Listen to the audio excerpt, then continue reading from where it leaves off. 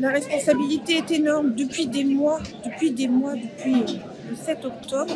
Nous disons qu'il faut qu'Israël arrête de bombarder Gaza.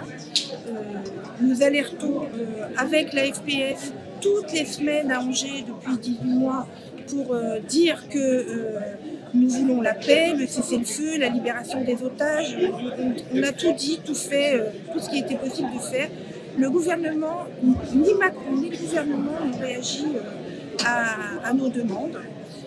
Au contraire, on nous a traités d'antisémites. Les médias se sont ligués contre nous.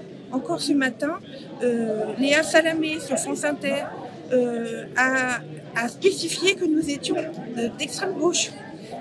Alors qu'elle sait très bien que le Conseil d'État nous a dit qu'on n'était pas du tout d'extrême gauche. Et on n'est pas non plus des antisémites, pas du tout.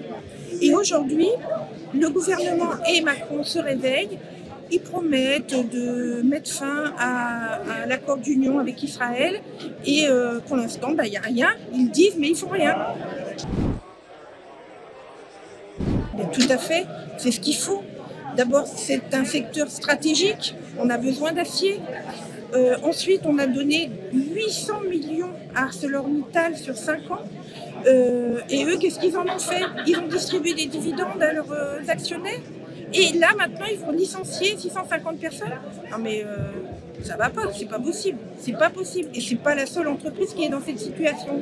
Voilà, toutes les entreprises des secteurs stratégiques qui sont en difficulté en ce moment doivent être nationalisées. C'est scandaleux.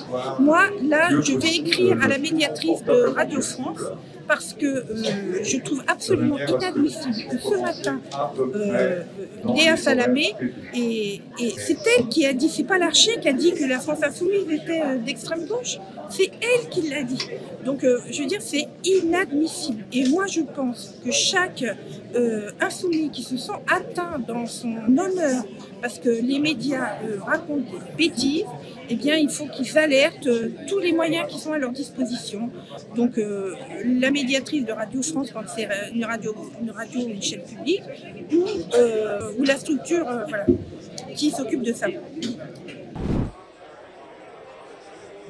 Eh bien, il va falloir très rapidement qu'on arrive à 2 États, hein, pour la Palestine et Israël, qu'on arrive à faire la partition.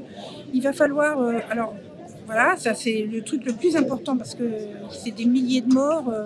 Voilà. Donc et ensuite, pour ce qui concerne l'Ukraine et la Russie, il faut que nous ayons, pour la paix, moi je dis en Europe, il faut que nous ayons une position de non-alignement. Ça c'est indispensable. On ne peut pas se caler ni sur la position de la Russie, ni sur celle des États-Unis. Moi, je voudrais bien que déjà, ils nomment au gouvernement un Premier ministre qui soit un Premier ministre issu du NFP et si possible de la France Insoumise.